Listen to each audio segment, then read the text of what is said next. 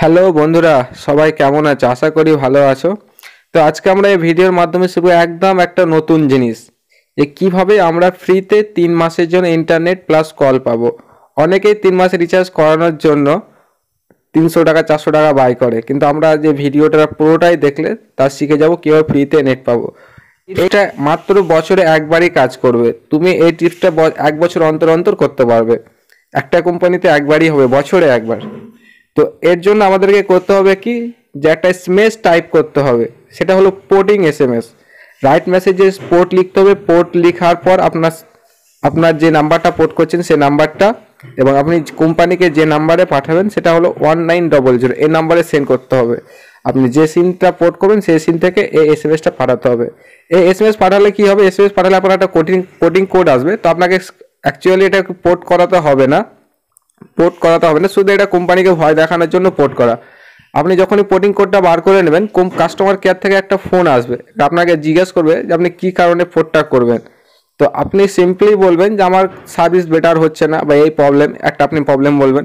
তখন customer care থেকে আপনাকে একটা অফার দেবে যে স্যার, আপনি যদি আমাদের কোম্পানির সঙ্গে যুক্ত থাকেন তো আপনাকে স্যার 3 মাসের জন্য ফ্রি নেট এবং আনলিমিটেড কল দেওয়া হবে। আপনি কি এই অফারটা অ্যাকসেপ্ট করতে চান?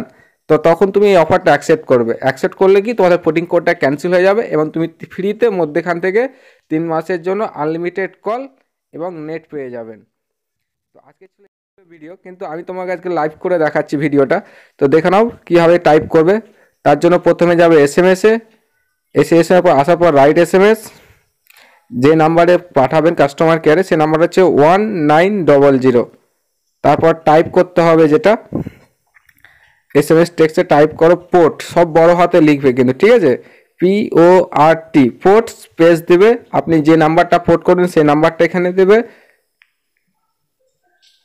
নাম্বারটা দেওয়ার পর আপনি সেন্ড করবেন। আপনার এয়ারটেল আমি পোর্ট করতে চাইছি, অ্যাকচুয়ালি আমি পোর্ট করতে চাইছি না, ফ্রিতে নেটটা পাওয়ার জন্য এটা করছি। এই টিপসটা বছরে একবারই মাত্র কাজ করবে, ঠিক আছে? প্রতি বছর অন্তর অন্তর একবার করে তুমি করতে পারবে।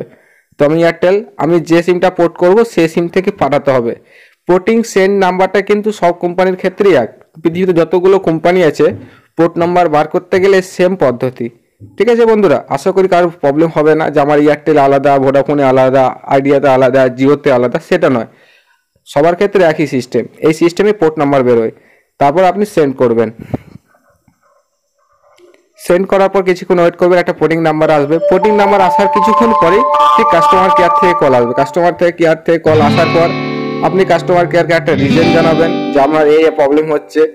আপনি তখন আপনাকে একটা অফার যেটা দেবে সেই অফারটা আপনি অবশ্যই অ্যাকসেপ্ট করবেন। আপনি যদি বলে অ্যাকসেপ্ট করবো না, তাহলে কিছু পাবেন না, ঠিক আছে? অফারটা অ্যাকসেপ্ট করবেন। এর ফলে কি হয়, কাস্টমাররা ভয় খেয়ে যে একটা কাস্টমার চলে যাবে একটা কোম্পানি থেকে, তাতে কোম্পানি অনেক লস হয়। তার জন্য কোম্পানি আরও তাকে কাস্টমারটাকে ধরে রাখার জন্য 3 মাসে ফ্রিতে নেট দিত। আগে দিত 100 টাকা টক টাইম 3 মাসের পাওয়ার, এখন সেটা পরিবর্তন হয়ে গেছে 3 মাসের unlimited call plus per day 1 GB net. তো আশা করি বন্ধুরা বুঝতে পেরেছে। পোর্টিং নাম্বার নিয়ে পোর্টিং করাতে হবে, তোমাদের শুধু রেখে দিতে হবে। আর যা সবসময় তোমাদেরকে অ্যালার্ট থাকতে হবে যে কখন কাস্টমার কেয়ার থেকে কলটা আসে, ঠিক আছে বন্ধুরা? কিন্তু অবশ্যই রিসিভ করতে হবে কাস্টমার কেয়ার থেকে কলটা এলে, না হলে আপনি অফারটা মিস করে যাবেন।